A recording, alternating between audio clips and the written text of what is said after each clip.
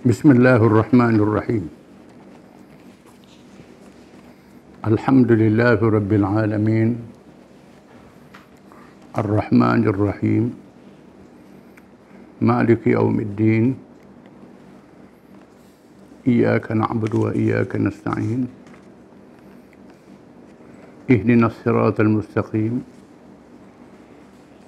Siratal ladzina an'amta 'alaihim ghairil maghdubi 'alaihim waladdallin. Amin. Wassalatu wassalamu ala Rasulillah wa ala alihi wa sahbihi wa man tabi'ahu wa nazarahu wa wala.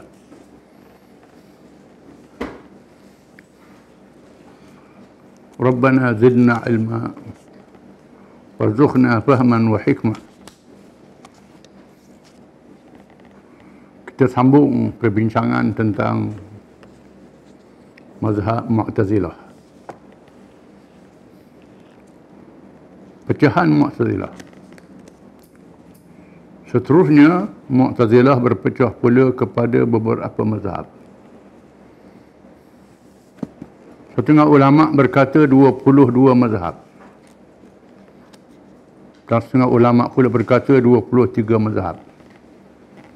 Terlalu banyak mazhabnya. Yang terkenalnya ialah Al-Wasiliyah. Mereka ialah pengikut kepada seorang yang bernama Abu Hudzaifah Wasil bin Atha Al-Ghazal atau Al-Ghazal. Setengah kitab sebut Al-Ghazali. Dia pernah menjadi murid dan pengikut Al-Hasan Al-Basri. Hasan Basri ialah di kalangan ulama at-tabi'in, murid kepada sahabat-sahabat radhiyallahu anhum, dan menganut mazhab Mu'tazilah setelah dia membaca buku-buku falsafah dan terpengaruh dengannya. Kerana banyak baca buku, tidak berguru, pakai akal sendiri. Falsafah adalah ilmu yang menggunakan logik, menggunakan akal. Bila akal dipisahkan daripada wahyu, daripada Quran dan hadis, maka lahirlah pandangan-pandangan yang terpesong seperti Mu'tazilah. Kerana bukan perkara agama boleh dicapai oleh akal. Banyak perkara agama yang tak boleh dicapai oleh akal manusia. Bila guna akal, maka jadi sesat. Di antara pahaman Al-Wasiliyah ialah yang pertama, orang yang mengerjakan dosa besar, hukumnya tidak Islam dan tidak kafir, tetapi kekal juga di dalam neraka. Berbeza dengan pandangan Khawarij dan pandangan Ahli Sunnah wal Jamaah. Khawarij mengatakan mereka yang mengerjakan dosa besar jadi kafir. Diterangkan minggu lepas berpandu pada hadis yang zahir saja. Baca satu hadis, tak baca huraian-huraian dia. Di antaranya hadis, man taraka salata muta'ammidan faqad kafara jihara. Barang siapa yang tinggal sembahyang dengan sengaja jadi kafir dengan nyata. Itu zahir hadisnya. Dan hadis sabda Nabi SAW, la yazni zani fahuwa mu'min. Orang berzina dia tak berzina kalau dia tidak beriman. Itu sahih hadisnya. Tetapi di sana ada hadis-hadis yang lain yang menunjukkan bahawa mereka yang mengerjakan dosa besar masih beriman. Di antaranya mereka meninggalkan sembahyang, Nabi marah dengan keras. Tak disebut dalam Nabi pernah hukum bunuh mereka yang tengah sembahyang. Tentangnya tak sembahyang, bunuh selalu. Tidak begitu. Diberi tempoh, dipujuk, dihajar, dididik. Yang berzina dia kenakan hukum hudud. Bila hukum hudud ada hukum yang rejam hingga mati. Nabi sembahyang jenazah dia. sahabat semua jenazah je. Dan ada hadis mengatakan seorang perempuan yang dikenakan hukum rejam hingga mati, Nabi sebut Allah Ta'ala terima taubat dia. Taubat dia kalau ditimbang dengan 70 ahli Madinah, lebih besar taubat dia lagi. Ini menandakan bahawa dia masih beriman. Maka hadis tersebut maknanya ialah dia kalau menafikan haramnya. Dia menafikan hukum baru jadi kafir. Dia engkar hukum. Kalau dia tak engkar hukum, dia lawan saja, dosa besar. Menyebabkan masih beriman. Itu pandangan Ahli Sunnah wal Jamaah. Ahli Sunnah wal Jamaah mengatakan mereka yang mengerjakan dosa tidak kafir. Masuk neraka tak kekal, masih ada iman. Selagi ada iman sebesar zarah akan dibebaskan daripada api neraka. Disebut dalam hadis-hadis yang sahih yang menghuraikannya. Adapun Wasil bin Atha yang Mu'tazilah mengatakan Islam tak kafir tak antara dua, tapi kekal ada neraka. Dia ambil jalan tengah, pakai hukum akal. Yang kedua, menafikan sifat ilmu, qudrah, iradah dan hayat bagi Allah. Dia menafikan sifat ilmu tu sifat, qudrah tu sifat, iradah tu sifat dan hayat tu sifat. Kerana kata mereka itu bukannya sifat, tapi zat. Itu bukan sifat, itu zat. Dia mengatakan Allah itu alim yang mengetahui, qadir yang berkuasa, murid yang berkehendak, dan hayyun yang hidup. Itu nama bagi Allah, zat dia, bukan sifat dia. Dengan sebab itu dia salah tafsir. Kita tak boleh anggap mereka ni kafir, cuma salah tafsir. Jahat adab terhadap ilmu Quran. Yang ketiga, perbuatan baik dan jahat itu daripada hamba, bukan daripada Allah. Semua perbuatan itu daripada hamba. Allah Ta'ala tidak kena guna. Allah Ta'ala tidak menjadikan perbuatan. Sedangkan perbuatan manusia juga adalah ciptaan Allah Ta'ala yang menciptanya, tapi dengan pilih, dengan ikhtiar. Dosa dan pahala berdasarkan kepada ikhtiar, kepada pilihan. Pilihan akal. Orang tak berakal, dia anggap tak berdosa. Orang yang lala, yang tidur, orang yang lupa, tak berdosa. Kalau sekiranya perbuatan daripada hamba daripada Allah, orang meniaga semua untung mereka. Tak ada yang rugi. Tok Rama berabak, baik belaka orang sakit. Doktor berabak, baik. Kalau perbuatan hamba. Menandakan bahawa manusia berikhtiar saja. Yang mencipta Allah Ta'ala. Itu pandangan yang betul. Yang betul. Dosa pahala bergantung kepada ikhtiar dan pilihan. Bukan berdasarkan kepada kemampuan. Kemampuan itu ada batas. Kalau orang lala, Allah Ta'ala maaf. Kanak-kanak yang terperakal, dimaafkan oleh Allah. Yang keempat, pandangan mereka. Mereka yang terlibat dalam peperangan Al-Jamal dan Siffin. Salah satu dua belah pihak itu hukumnya fasik. Oleh itu mereka tidak menerima Sayyidina Ali, Talha dan Az-Zubair radhiyallahu untuk menjadi saksi. Mereka menganggap Sayyidina Ali fasik, Talha fasik, Zubair fasik, Muawiyah fasik, Aisyah si Nabi pun fasik. Dianggap fasik. Sedangkan Quran menyebut radhiyallahu anhum wa radu'an. Mereka diredha oleh Allah Ta'ala. Ahli-ahli Badar diampun dosa oleh Allah Ta'ala, disebut dalam hadis-hadis yang sahih. Ayat-ayat Quran memuji Muhajirin dan Ansar. Peperangan Jamal dan Siffin itu kerana salah ijtihad. Tidak dinafikan. Peperangan Al-Jamal antara Sayyidina Ali menentang tentera yang melawan dia, Aisyah, Talha dan Zubair. Kerana tak puas hati tentang kematian Sayyidina Uthman bin Affan. Kerana pembunuhnya tak jatuhkan hukuman. Kerana Sayyidina Ali menangguhkan hukuman. Sebab ramai sangat terlibat dalam pemberontakan itu. Ramai sangat terlibat dalam keadaan subhat, dalam keadaan keliru. Tak tahu sebab dia bunuh bolong amat sekali. Maka kalau dia ambil tindakan, menjadi fitnah lebih besar. Mereka ni ketua-ketua kaum, menyebabkan berlaku perang saudara lebih besar lagi. Sayyidina Ali menangguh dulu, menangguh perkara ni, menangguh. Oleh kerana tak puas hati tangguh ni, maka Aisyah dengan Zubair, Talha yang datang daripada Mekah Padahal mereka juga sokong Sayyidina Ali jadi khalifah. Bila Sayyidina Osman dibunuh, mereka jumpa Sayyidina Ali. Solat sujud dekat Sayyidina. Dia kata, aku tak mau. Saya tak mau. Aku tak minta. Aku tak mau jawatan ni. Aku tak mau. Kecuali kalau orang ramai setuju, aku maulah. Kena tanya orang ramai, tak boleh tanya aku. Sayyidina Ali kata. Akhirnya, dia heret Sayyidina Ali bawa ke masjid. Dan orang ramai bersetuju Sayyidina Ali jadi khalifah. Dia bai'ahkan. Bila orang ramai bersetuju, Sayyidina Ali terima. Sayyidina Ali tolak jawatan itu. Bukan dia nak sangat, ditolak. Keadaan sangat huru-hara, pilih orang lain. Bila orang desak, dia pilih. Bila Sayyidina Ali pilih, tak puas hati pula. Lalu buat pasukan tentera, 10,000 tentera menyerang Sayyidina Ali. Sayyidina Ali berundur pergi ke Iraq masa itu. Kena percaya ke orang Iraq. Ibn Abbas sudah pesan Sayyidina Ali yang pergi ke Iraq, tak boleh percaya. Sayyidina Ali pergi ke Iraq juga.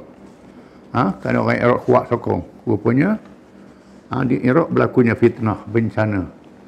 Sayyidina Ali bertahan, berperang. Sayyidina Ali jumpa dengan Zubair, jumpa dengan Talha. Muntah ingat Nabi ada kata begini. Zubair Talha undur. Lalu Zubair Talha dibunuh.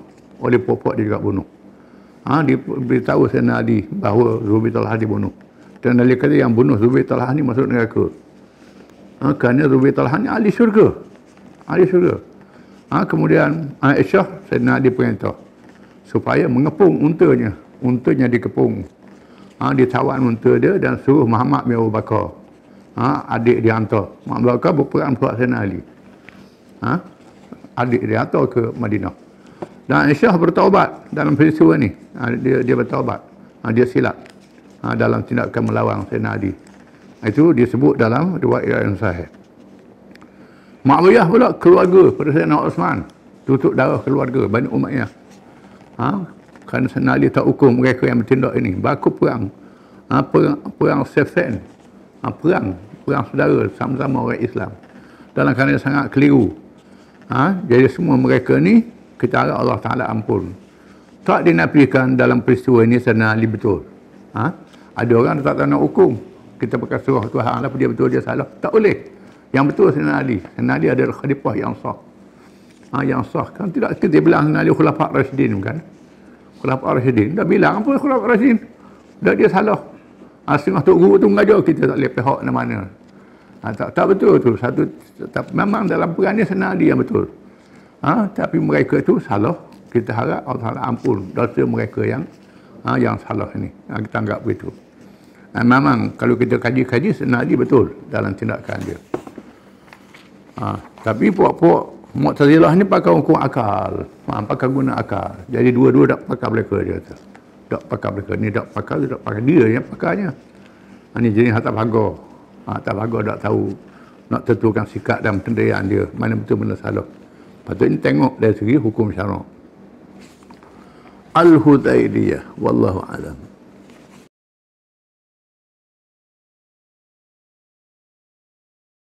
Bismillahirrahmanirrahim.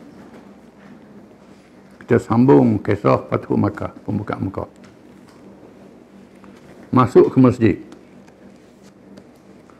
Setelah dapat menguasai Makkah sepenuhnya dan keadaan yang benar-benar aman, maka Rasulullah SAW menuju ke Masjid Haram dengan diiringi oleh para sahabat Muhajirin dan Ansar yang mengelilinginya di hadapan, di belakang, kiri dan kanan. Kawalan yang ketat. Bukan buat kira. Yang mereka serang kan. Mereka apa? Mereka kawal Nabi. Oleh Nabi ini dipelihara oleh Allah Ta'ala.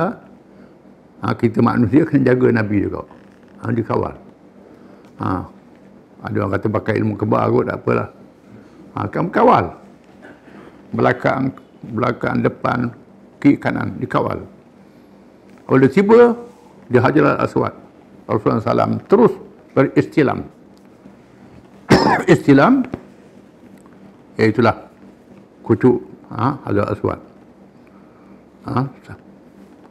Dan tawaf dalam keadaan memegang busur panah.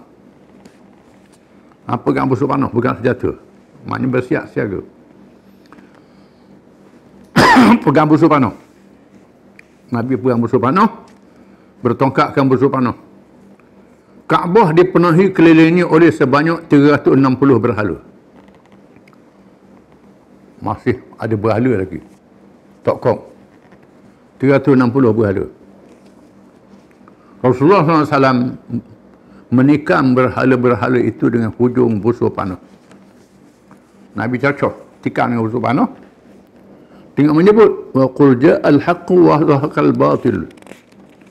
Innal batila kana zahuqa. Qul ja'al haqqu wa ma yubdi'ul batil wa ma yu'id. Surah Sabah. Surah Isra ayat 81 dan surah Sabah ayat 49.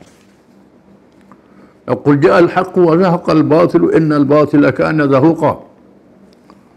Dan katakanlah, wahai Muhammad SAW, telah datang kebenaran, yakni Islam, dan hilang lenyap perkara yang salah, yakni kufur dan syirik. Sesungguhnya yang salah itu sememangnya satu perkara yang tetap lenyap. Ini ayat surah Isra ayat 81. Dan firman Allah Ta'ala yang dibaca, Qul ja'al haqqu wa ma yubdi'ul batil wa ma yu'id. Surah Sabah ayat 49. Telah datang kebenaran, yakni Islam, dan hilang musnah kebatilan, yakni syirik dan kufur. Sesungguhnya kebatilan itu benar-benar hancur dan musnah. Dan kebatilan itu tidak dapat memberi kebaikan di dunia, usahakan hendak mengulangnya di akhirat. Tiba-tiba berhala-berhala yang ditikam itu tersungkur rebah ke bumi. Jolok dengan panah je. Berhala tersungkur. Kita tengok busur panah tu lembut kan. Ini termasuk mukjizat lah. Tersungkur berhala. Rasulullah SAW bertawaf dalam keadaan menunggang unta dan tidak berihram. Maka hanya cukup dengan bertawaf sahaja. Kerana masuk bukan awak umrah, masuk perang. Di sini menunjukkan bahawa boleh masuk Mekah dalam keadaan tidak umrah. Ada ulama mengatakan begitu. Ada ulama mewajibkan. Ada ulama kata boleh masuk kerana Nabi masuk atau Makkah dalam keadaan tak pakai ihram. Setelah menyelesaikan tawaf, Rasulullah SAW memanggil Utsman bin Talha untuk mengambil kunci Kaabah, untuk dibuka pintunya. Kerana dia amanahkan memegang kunci Kaabah ialah keluarga Utsman bin Talha. Nabi panggil dia. Minta kunci Kaabah. Dan dibuka pintu Kaabah. Apabila memasukinya, tiba Rasulullah SAW melihat gambar Ibrahim dan Ismail alaihi wassalam yang dilukis dalam keadaan melakukan azlam, mengundi nasi dengan batang panah. Dia tunjuk, dia lukis gambar Ibrahim dan Ismail duduk menujung pakai anak panah tengok nasi. Rasulullah SAW bersabda, qatalahumullah wallahi mastaqsama bihima qat. Allah membinasakan mereka, orang musyrikin. Demi Allah, mereka berdua tidak pernah melakukan perkara ini. Ibrahim dengan Ismail tak menujung. Dia lukis gambar Ibrahim dengan Ismail duduk menujung, cabut anak panah tengok nasib. Dilihat pula patung merpati daripada kayu, lalu dimusnahkan dengan tangannya sendiri. Dan semua gambar-gambar yang ada dihilangkan. Semua lukisan, gambar-gambar dihapuskan. Seterusnya pintu Kaabah ditutup. Rasulullah SAW bersama Usamah dan Bilal. Rasulullah SAW bersalat menghadap ke dinding yang berhadapan pintu dengan jarak 3 hasta daripada dinding. Nabi semayang dalam Kaabah menghadap ke pintu. Jarak 3 hasta daripada dinding. 2 tiang di dalam Kaabah berada di sebelah kirinya. 1 tiang di kanannya dan 3 tiang di belakangnya. Kemudiannya bertakbir dan melafazkan kalimah tauhid ke arah semua penjurunya. 4 penjuru. Bertakbir, mengucap kalimah tauhid, syahadat Allah. Kemudian dibuka pintu Kaabah. lalu melihat orang ramai dalam kalangan penduduk Mekah telah berkumpul berbaris menunggu. Perintah berkung selesai, penduduk Mekah keluar ramai-ramai. Tunggu Nabi yang duduk dalam Kaabah. Rasulullah SAW berdiri di pintu Kaabah dan berucap.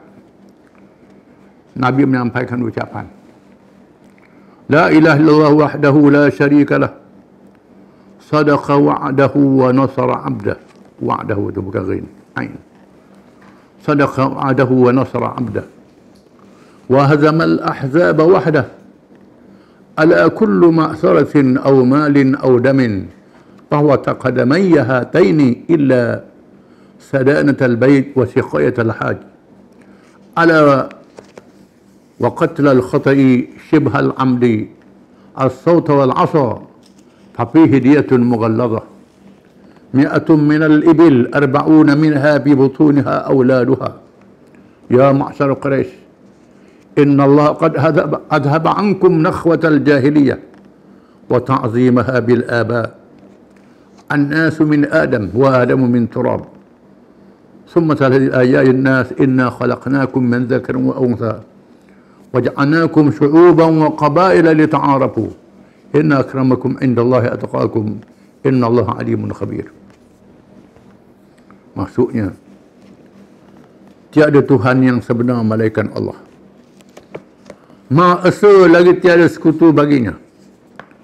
Benarlah janjinya memberi pertolongan, memenangkan hambanya dan membinasakan segala kumpulan musuh dalam keadaan esanya Allah. Ingatlah bahawa setiap peninggalan atau harta atau darah berada di bawah kedua tapak kakiku ini. Malaikat hak menjaga pintu Kaabah dan melayan minuman para jamaah haji. Ingatlah jenayah membunuh tersilap menyerupai sengaja membunuh dengan silap membunuh menyerupai sengaja, iaitu membunuh dengan alat yang tidak membunuh, tiba-tiba mati katok. Bunuh dengan sengaja ni dengan senjata bukan nak bunuh, tersalah. Bukan nak bunuh, tersalah sasar. Menggunakan busur panah dan tongkat, hukumannya ialah diat mughalladhah. Diat mughalladhah, denda 100 unta, 40 daripadanya yang bunting. Inilah harga dia berapa. Ini hukuman jenayah tidak sengaja atau menyerupai tak sengaja. Wahai kaum Quraisy, sesungguhnya Allah menghapuskan dari kamu keangkuhan jahiliah dan kesombongan baka nenek moyang. Semua manusia berketurunan Adam dan Adam diciptakan daripada tanah. Firman Allah Subhanahu wa taala, wahai manusia, sesungguhnya kami telah menciptakan kamu daripada seorang lelaki dan seorang perempuan. Dan kami jadi dengan kamu berbangsa-bangsa dan berpuak-puak supaya kamu berkenalan di antara satu sama lain. Sesungguhnya yang paling mulia dalam kalangan kamu di sisi Allah ialah yang paling bertakwa dalam kalangan kamu. Sesungguhnya Allah itu Maha mengetahui lagi amat mendalam pengetahuannya. Sesungguhnya Rasulullah bersabda, wahai kaum Quraisy, wahai kaum Quraisy, menyambungkan ucapan dia, wahai kaum Quraisy, apakah pandangan kamu tindakan yang aku lakukan terhadap kamu? Kamu tahu tak aku nak ambil apa atas tu? Tanya mereka. Apa tindakan aku nak ambil atas kamu? Kamu pernah serang aku, bunuh sahabat-sahabat aku, buat zalim. Apa aku nak ambil atas kamu? Sekarang aku dah menang. Apa aku nak buat pada kamu? Nabi tanya. Mereka menjawab, baik, kamulah saudara yang mulia budi pekertinya dan anak kepada keluarga yang mulia budi pekertinya, kata mereka. Mereka merayulah. Kami tahu Rasulullah seorang yang baik, dah kena hukum kami belum kami bersalah. Sabda Rasulullah SAW, sesungguhnya aku ucapkan kepada kamu apa yang diucap oleh Nabi Yusuf terhadap saudara-saudaranya yang menzaliminya. Seperti firman Allah Ta'ala, La tasriba alaikum al-yawm. Aku nak sebut macam Nabi Yusuf, kata pada saudara dia yang pernah campur dalam telaga, sehingga Nabi Yusuf dijual di penjara. Bila saudara dia datang dan mengaku salah, apa kata Nabi Yusuf? Yusuf berkata, kamu pada hari ini tidak akan ditempelak dan disalahkan tentang perbuatan kamu yang terlanjur itu, kata Nabi Yusuf. Aku kata Nabi Yusuf lah dalam surah bersabda, idhabu wa antumut tulaqa. Pergilah kamu dibebaskan. Pergi kamu dibebaskan. Ini ucapan Nabi pada hari pembukaan Mekah. Satu ucapan yang sangat bermakna. Dalam ucapannya tadi disebut tentang kemenangan Islam, tentang tauhid, mengesahkan Allah Ta'ala, asas perjuangan Islam, tentang kebajikan yang mesti ditunaikan, disambung, tentang hukum jenayah yang ada dalam Islam, termasuk bunuh dengan tidak sengaja ataupun menyerupai sengaja, bukan niat bunuh, salah guna senjata, tersalah tersasar, iaitulah hukuman dia. Ini hukum jenayah yang disebut dalam Islam, menguatkan apa yang ada dalam Quran. Dan Nabi mengatakan manusia itu semuanya daripada Adam. Semuanya hamba pada Allah Ta'ala, yang penuh, yang boleh bertakwa. Kemudian Nabi maafkan mereka semua. Begitulah perbezaan besar di antara kemenangan Islam yang dipimpin oleh Nabi yang agung dengan kemenangan perjuangan kemerdekaan atau revolusi bangsa-bangsa di dunia yang penuh dengan balas dendam yang mengorbankan ribuan dan jutaan manusia. Berbeza dengan perjuangan yang lain. Kalau baca dalam sejarah revolusi England, berapa ratus ribu juta mati. Revolusi Perancis, bila menang dia bunuh mereka yang dulu, balas dendam. Revolusi komunis di Rusia, di China, dalam perang Vietnam, dan semua revolusi di Amerika dan lain-lain, bila termasuk perjuangan kemerdekaan, bila mengalahkan penjajah, dihukum. Penjajah tu dihukum, mereka yang sokong penjajah sama sendiri, sehingga ratus ribu mati, ada juta mati. Adapun Nabi bila menang di Mekah, Nabi maafkan, masuk dalam keadaan aman sedikit saja. Kemudian Rasulullah SAW duduk di masjid, tiba-tiba Ali membawa kunci Kaabah ke hadapan Rasulullah SAW dengan menegaskan, wahai Rasulullah, kurniakan kepada kami urusan mengendalikan kunci Kaabah bersama urusan melayan tetamunya. Ali senyap-senyap gerapah nak kunci. Uthman bin Talha. Tadi Uthman bin Talha yang pegang kunci kan, yang minta Uthman bin Talha. Lepas tu saya nak dia ambil kunci, minta ke dia. Sebelum ini urusan keluarga Nabi hanya mengendalikan tetamu Mekah. Adapun urusan kunci Kaabah menjadi hak keluarga lain, iaitu keluarga Bani Abdiddar. Ia berada di tangan Uthman bin Talha yang telah menganut Islam, bersama Khalid bin Al-Walid dan Amr bin Auf selepas perjanjian Hudaybiyah dan sebelum pembukaan Mekah. Uthman bin Talha masuk Islam. Masuk Islam masa Nabi menuju ke Mekah. Sebelum daripada Nabi buka Mekah. Dia masuk Islam sekali dengan Khalid bin Walid dan Amr bin Auf. Uthman bin Talha ni daripada keluarga Bani Abdiddar. Mengikut pembagian tugas di Mekah, keluarga Nabi, Bani Hashim dan Bani Muttalib, tugas dia pergi minum air Zam-Zam, melayan tetamu. Tugas kunci Kaabah, Bani Abdiddar. Tugas perang, puak lain, Bani Adi dan puak lain. Masing-masing tugas.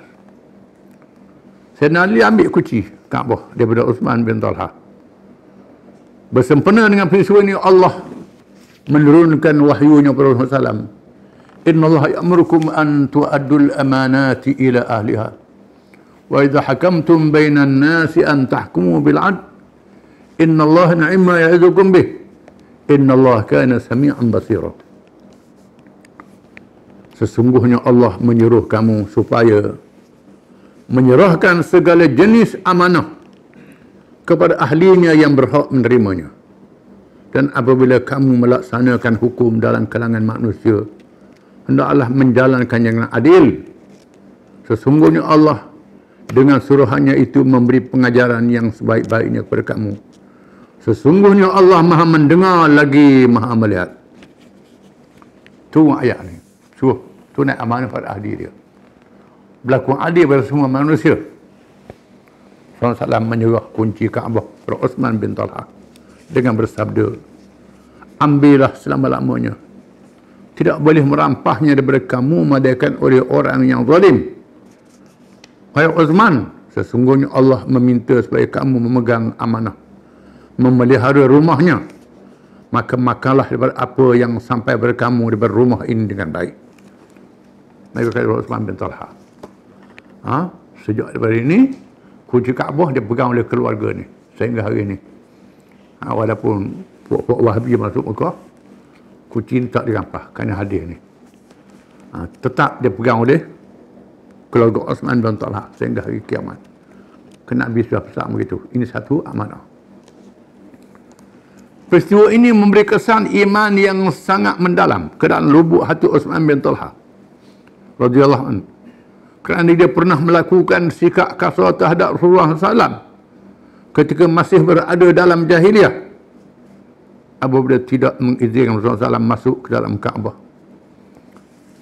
Dia tukang pegang kunci Kaabah. Masa dia kuasa dulu, tak pernah Nabi masuk Kaabah. Tiba-tiba Nabi suruh anak kunci ke dia. Ini satu sikap yang sangat rahmat.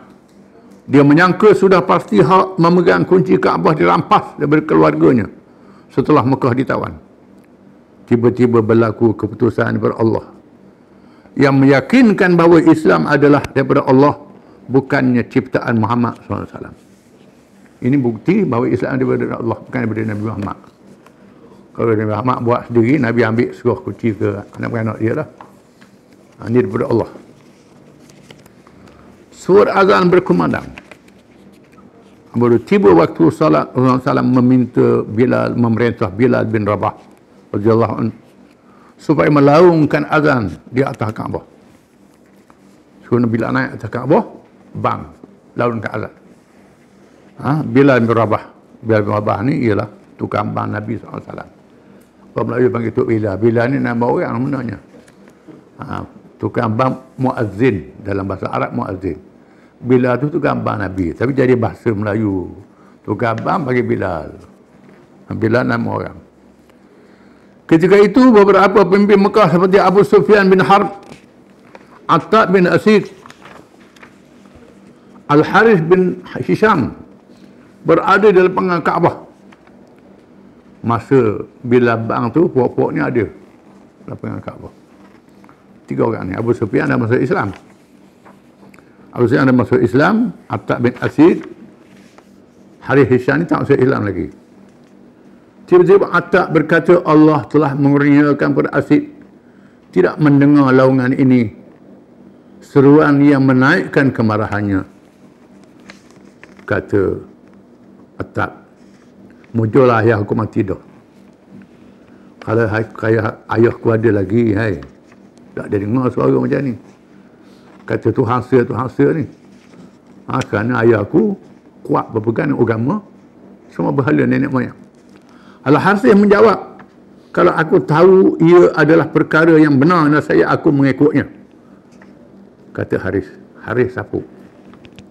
Abu Sufyan menyampuk. Kata Abu Sufyan, aku bercakap, kalau aku bercakap, saya anak-anak batu akan mendedahkannya. Kata Abu Sufyan.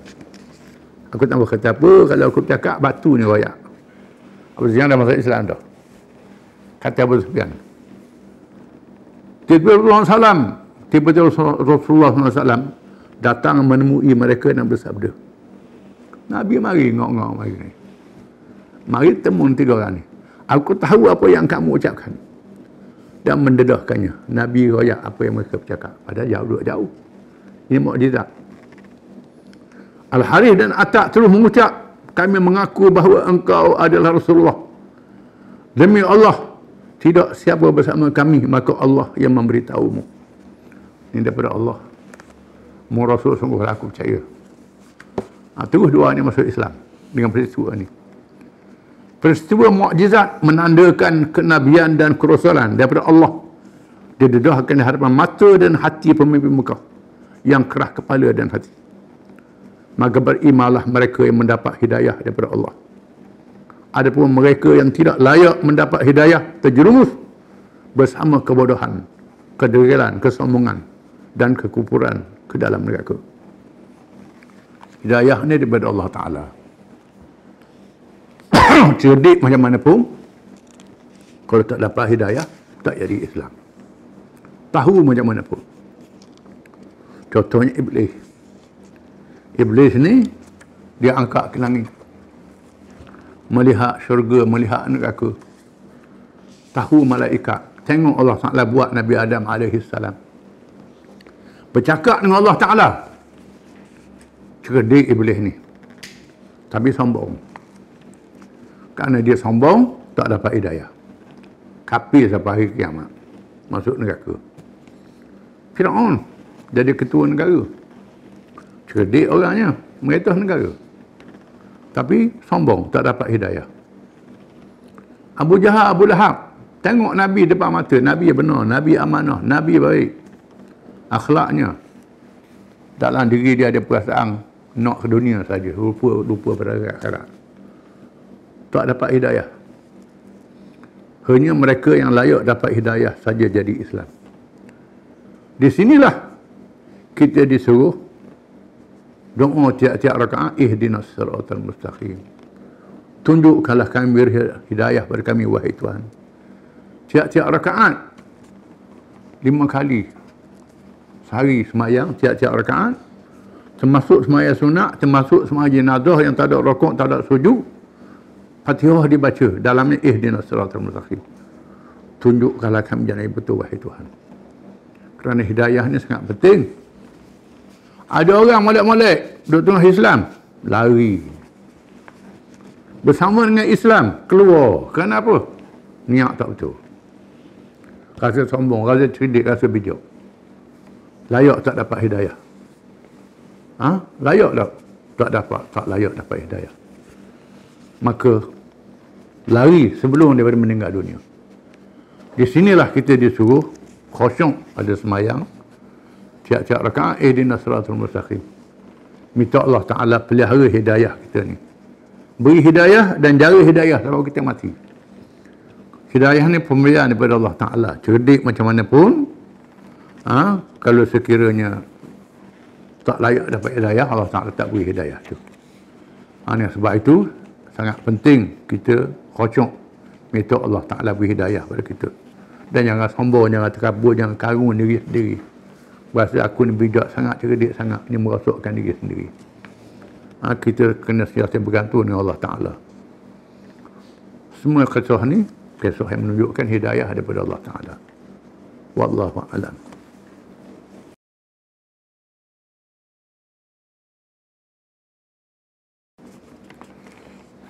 A'udzu billahi minasy syaithanir rajim. La ikraha fid din. Qad tabayyana ar-rusydu minal ghayy. Faman yakfur bit-taghut wa yu'min billah faqad istamsaka bil 'urwatil wuthqa la infisama laha. Wallahu samii'un 'alim. Allahu waliyul ladzina amanu yukhrijuhum minadh dhulumati ilan nur wal ladzina kafaru awliya'uhum at-taghut yukhrijunahum minan nuri ila adh-dhulumat ulaika ashabun nari hum fiha khalidun.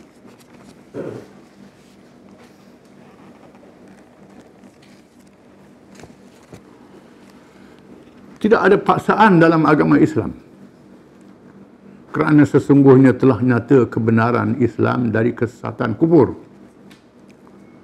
Oleh itu, sesiapa yang tidak percayakan taghut dan ia pula beriman kepada Allah, maka sesungguhnya ia telah berpegang kepada simpulan tali agama yang teguh, yang tidak akan putus terberungkai sekali-kali. Dan ingatlah, Allah amat mendengar lagi amat mengetahui. Allah itu pelindung yang mengawal dan menolong orang-orang yang beriman. Ia mengeluarkan mereka dari kegelapan kufur kepada cahaya iman. Dan orang-orang yang kafir, penolong-penolong mereka ialah taghut yang mengeluarkan mereka dari cahaya iman kepada kegelapan kufur. Mereka itulah ahli neraka, mereka kekal di dalamnya.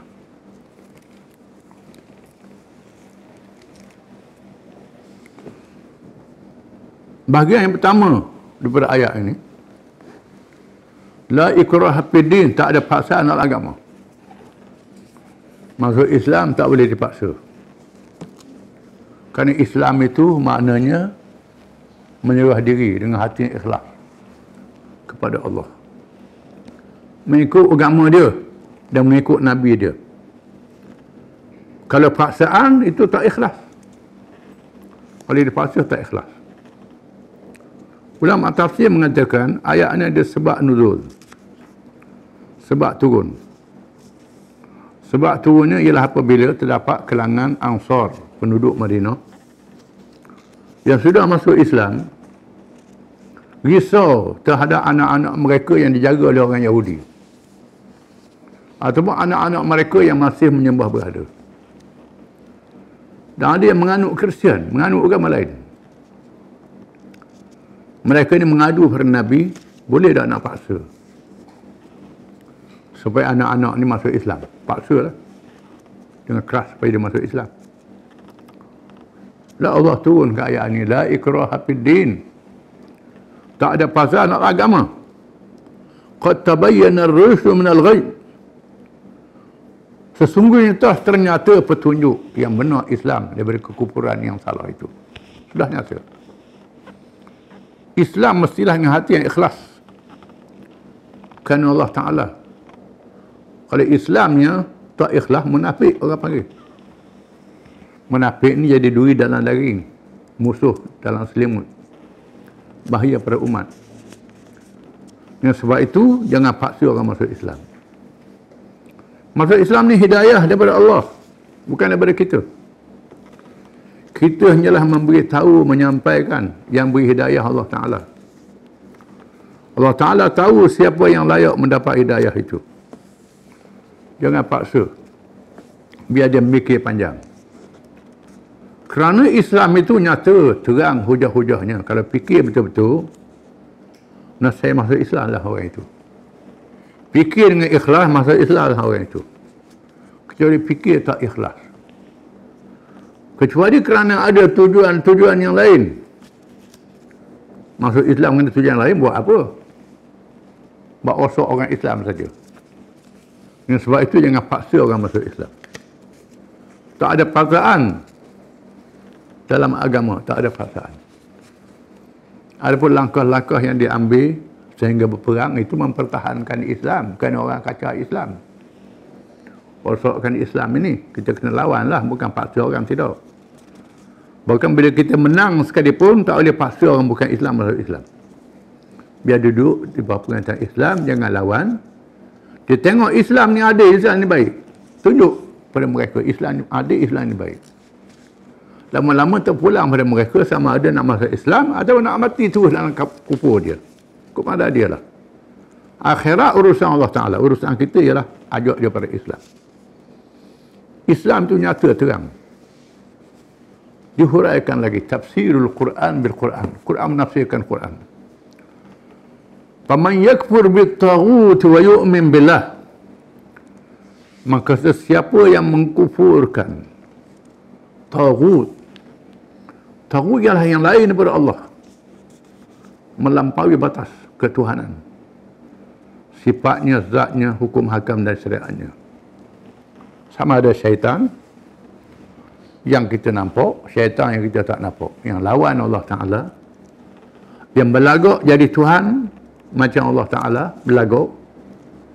Menganggap dia lebih macam Allah Ta'ala juga, itu taghut. Sama ada manusia ke jin ke apa ke. Atau yang dilantik, yang dipuja macam Allah Ta'ala, patung dan berhala. Nujuh-nujuh yang dianggap mengetahui perkara yang gaib. Termasuklah mereka yang mengadakan hukum sendiri dalam perkara yang sudah izin oleh Allah Ta'ala, buat hukum sendiri. Hukum Allah Ta'ala dah ada, buat hukum sendiri. punya kata pada ini hukum dia lebih baik hukum Allah Ta'ala. Ini taghut. Melampaui batas Allah Ta'ala.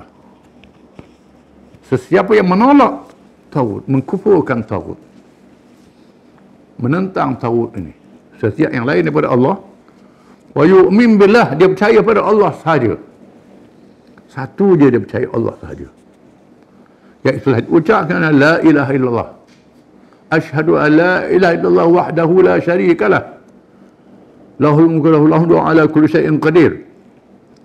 Dia mengaku tak ada Tuhan melainkan Allah sahaja, yang punya kuasa, punya pemerintahan, yang maha adil, tidak ada bandingan dan tandingan, Allah Ta'ala saja. Dia percaya.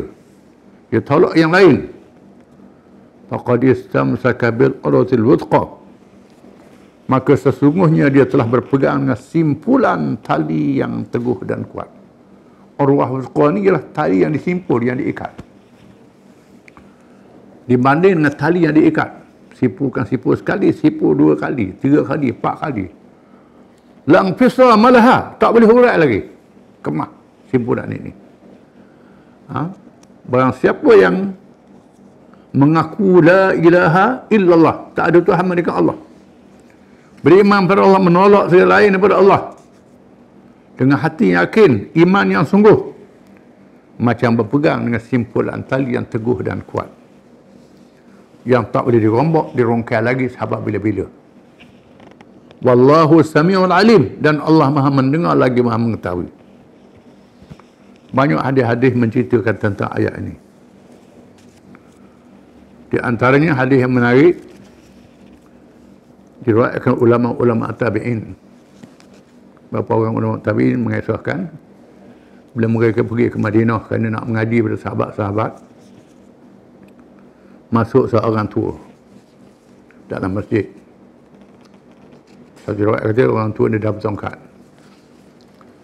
Lalu sahabat yang lain kata, nak tengok ahli syurga itulah dia. Ahli syurga itu dia. Bila dengar orang kata, sahabat-sahabat lain kata ahli syurga, budak-budak muda-muda ni pun duk pakat gigi. Surah riwayat kata ikut orang tua ni ke rumah.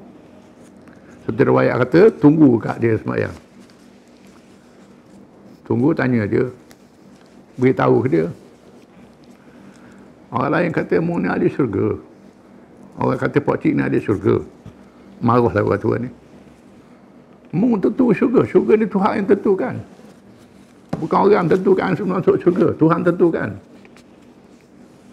Dah orang kata apa nama ni, pak cik ni ahli syurga, kami nak tahu apa benda amalannya. Orang tua ni Abdullah bin Salam, dia adalah pendeta Yahudi yang masuk Islam. Abdullah bin Salam.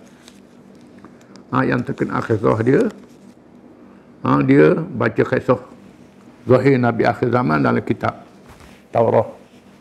Ulama-ulama Israel menceritakan, kitab-kitab agama dia beritahu dengan tanda-tandanya sekali.